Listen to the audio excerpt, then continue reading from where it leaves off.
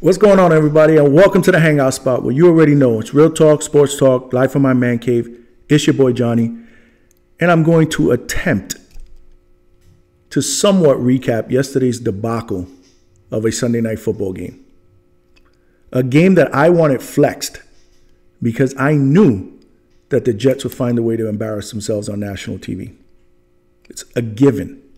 It's usually a given. And honestly, I don't even know why I'm so upset. Because I knew this would happen. In fact, I predicted this would happen. After the game, I said to myself, you may want to consider a career change. Maybe become a professional sports bettor. Because not only did I predict this game, but I almost nailed the final score. I had the Raiders winning this game 16-13, and I believe I said maybe 17-13. The Raiders beat the Jets 16-12 in another piss-poor offensive performance where we cannot get the ball into the end zone. A professional NFL team that can't score the football, that have not scored the football, have not scored a touchdown in almost 40 possessions. In a pass-happy, offensively driven league where teams can score touchdowns by accident, we can't score a touchdown on purpose. I don't even know what to say. And it actually started out pretty good. I wasn't aware that the Jets were the only team in the NFL not to score a point on their first possession. I wasn't aware of that until yesterday, and we finally got off that schneid.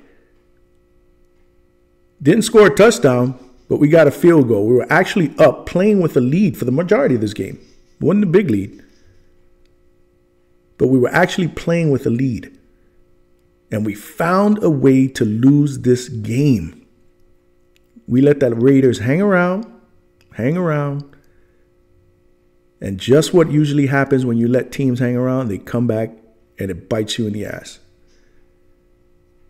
And like I said, we actually started off pretty good. I mean, Zach Wilson looked pretty solid in the beginning. I mean, he made some pretty good throws. He actually threw the ball vertically once to Garrett Wilson down the field. And then what happened? The penalties started to happen. Something that I said in my keys to victory that needed to be cleaned up. The damn penalties and the lack of discipline. And what happens? Another game with 8 penalties. And mostly all of them were drive killers, momentum shifters. One of them took a touchdown off the board. We actually scored a touchdown. We actually were able to muster up a good drive and pound the ball in with Breece Hall, and it was called back by a stupid holding call by C.J. Uzomah, who, in my opinion, I would have pulled out of the game at that point. In fact, if I was Saleh, I would have came into this game with that on my mind. The first person on offense, regardless of who it is, that kills a first down, a big play with a stupid pre-snap penalty, I am pulling them to prove a point. This shit is unacceptable. And of course, he played the next down. No consequences, no accountability. This team suffers from bad play calling, poor execution, and a lack of discipline, and that falls directly on the head coach. The head coach, mind you, that says Zach is playing well. He's been saying it all year. They're not making any changes. How do you expect to fix this if you don't consider making some changes? And I'm not talking about pulling him. But something has to change. He's the coach. He has to fix this mess. Drive killers, first downs being called back, touchdowns being called back. This game doesn't fall solely on Zach. In fact, he played pretty solid until the end. That interception was brutal. It was brutal. In fact, true story. I'm watching a game last night with my wife, who's also a Jet fan, a lunatic Jet fan, mind you, like me. And as soon as the Raiders took the lead, you know what she tells me? She tells me, we're going to lose this game because Zach's going to throw an interception. I say, why do you say that? Because the pressure's on now. We're playing from behind. He's going to drop back. They're going to have him throw the ball, try to get us, try to get us back into the lead. And he's going to make a mistake and a bad decision. And boy, was she right. I gave her a high five after that. I was like, damn, you called it. You nailed it. She's been watching Jet football for so long, even she can predict this shit. Go figure. Killer interceptions. And he made some good throws yesterday. But that's what you get from Zach. You're going to get some good throws. You're going to get some wow moments. You may get a good drive. But then you're going to get inconsistency too. I don't think the offensive line was that bad yesterday, to be honest with you. I knew Max Crosby was going to be a problem. In fact, I purposely didn't mention him in my pregame prediction because I was hoping that he wouldn't go crazy like Khalil Mack and Joe Bosa did. But for the most part, he was pretty contained. He did have a sack, I believe. Zach Wilson did fumble again, albeit we got on the ball, so we didn't lose it. And then he threw another interception. He threw an interception, one interception. But he had some good moments. He actually, the best thing that I liked about Zach yesterday was he actually took off and he used his legs, which I had been screaming for weeks. Pocket collapses, take off. You are athletic enough to be able to do that. In fact, he almost scored a touchdown. If it wasn't, his line was, his foot was barely on the line. And even that, he got us to the 3-yard line. And guess what happened after that? Nothing. Because we can't even score when the ball's on the 3-yard line. Pathetic. Luckily for us, we have a reliable kicker, or else we wouldn't score any points. 12 points, Zerline. Morstead again, punter, solid. Defense, they gave up 16 points. Solid. For the most part, they held the rookie quarterback in check. And we still can't win because we can't score touchdowns. Totally ridiculous. Robert Saleh keeps saying that this offense is close. Close to what? To being in the XFL? Because they don't even look like an NFL caliber offense. And this is an offense with Breece Hall and Garrett Wilson and Tyler Conklin, who is a solid tight end. It's insane. Todd Bowles, Adam Gase, Robert Saleh. You know what they all had in common? Besides their win-loss record? At least Gase and Bowles didn't have a good team. Robert Saleh actually has a solid team. Yet this offense is worse than any of those offenses we saw during those years. That's embarrassing. It really is, man. I mean, we deserve better. The fans deserve better. The season ticket holders definitely deserve better. I feel bad for them. What we're seeing here. The penalties are just.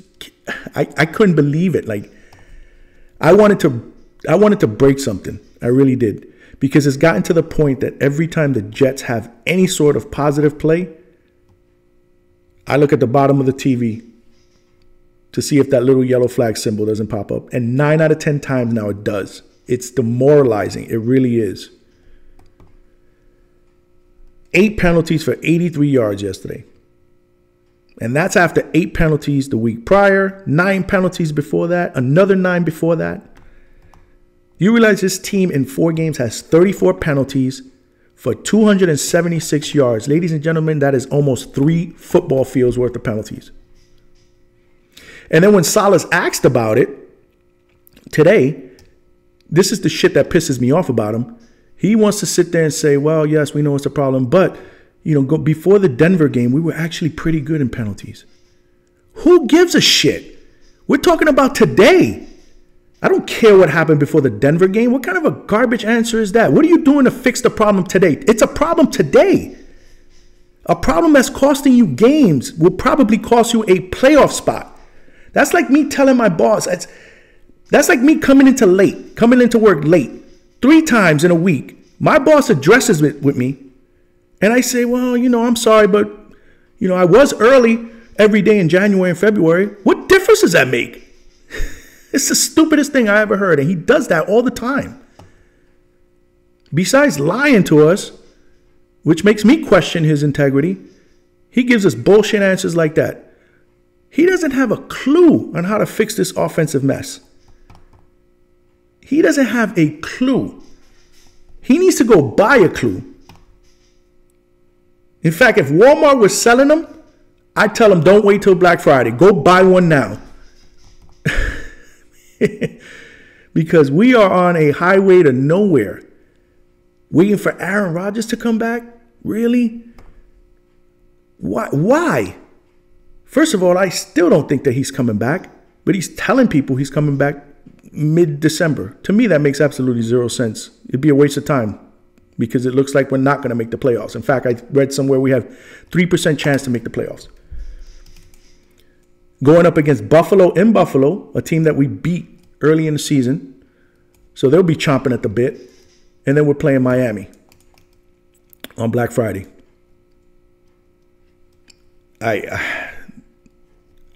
Like I said, this offense is so bad that I don't see any solution, any fix anytime soon.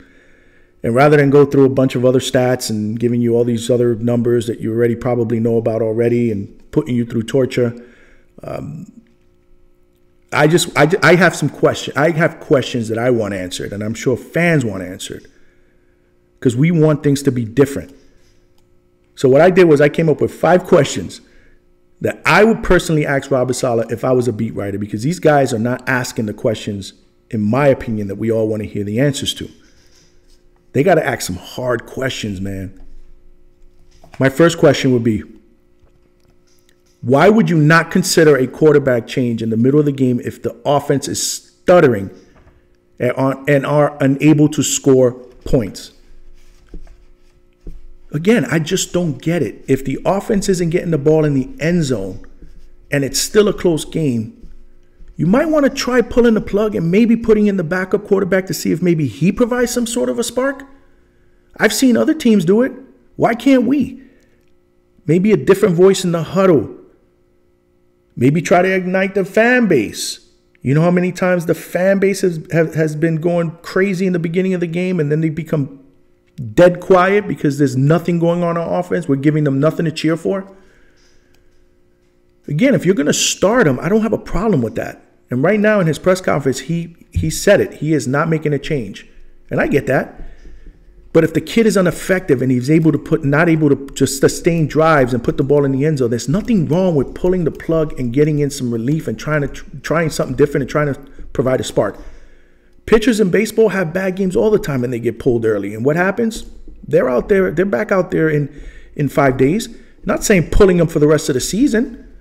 You pull him for this game. You see what you can do to try to win this one. And if you want to trot him out the next game, then you do that. You worry about the next game. But you got to play to win this game. And if the kid doesn't have it, pull him. I know why they don't pull him, because they have no confidence in Tim Boyle. And if that's the case, again, why is he on the team?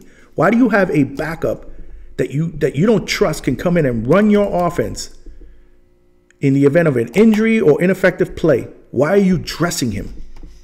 Makes no sense. It's a wasted roster spot. Which brings me to our next question. Why are you not dressing Trevor Siemian? Why'd you even pick him up in the first place? And if you sit there and you give me that bullshit answer, well, you know, he's learning the offense. Give me a break. Trevor Siemian has been in the league for how many years and has played out on how many different teams and how different systems? He's a veteran. Joshua Dobbs was traded for on a Tuesday. Didn't know half the playbook. Was the backup on Sunday. Was forced into action. And not only did he win that game, but he won last week's game. 2-0. Guy barely knew the playbook. Barely knew the players' names on the team. Meanwhile, you got Trevor Siemian on the practice squad. If you don't trust Boyle, give Siemian a shot. He's been a starter in this league. I know why they picked him up. They picked him up so they could shut up the fan base, because we were all clamoring, like, when are they going to sign a quarterback? Get a veteran quarterback in. So you figure, you know what? We'll sign this guy, shut them up, but we'll never play him. That makes a lot of sense. My next question, what the hell are you doing? And I'd probably ask it just like that. What the hell are you doing to hold players accountable for all these stupid penalties? Because I don't see anything being done during the game. I don't see him getting in anybody's face. What are you doing? It continues to happen. And if you tell me you're doing things behind closed doors, well, guess what, Robert Saleh? It isn't working. Something's got to give. I'd like to know what's happening behind the scenes. It's crazy. It's crazy to me. Number 4, we all know that rookies have the tendency to come in. They're hungry. They provide a lot of energy. They provide a spark. Why are you not dressing Jason Brownlee? It's a miracle he has Gibson in there. I just don't understand it. They finally got it right with Cobb because he was doing nothing, so they sat him down. Maybe we should try sitting Lazard down and giving Brownlee some burn. These kids are hungry. Let them eat. He had a good preseason. Like, I'm not understanding why you don't dress this guy. Give him a shot. We were all clamoring for a second receiver, trade for a receiver. Maybe we have that second receiver here and we don't even know it. Which brings me to my next question. Since you're always saying that Zach is showing so much improvement in practice, explain to me why we don't see it in the games. Explain it. And if you're going to sit there and tell me, well, it's because we're, practice is practice and we're playing against some really good defenses, that's bullshit. Who does he go up against in practice? You would think that Zach Wilson would be able to light up the scoreboard since he practices against our defense, which is one of the best in the league.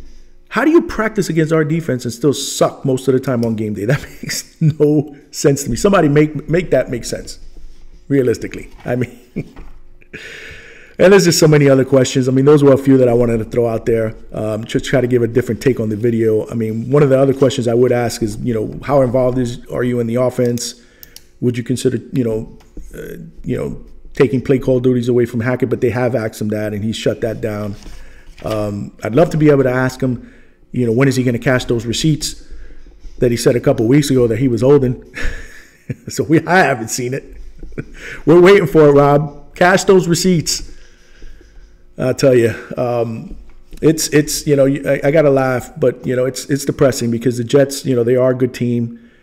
They have a really good defense, a championship caliber defense. They're not perfect by any means, but they're definitely good enough to win a Super Bowl if we had the right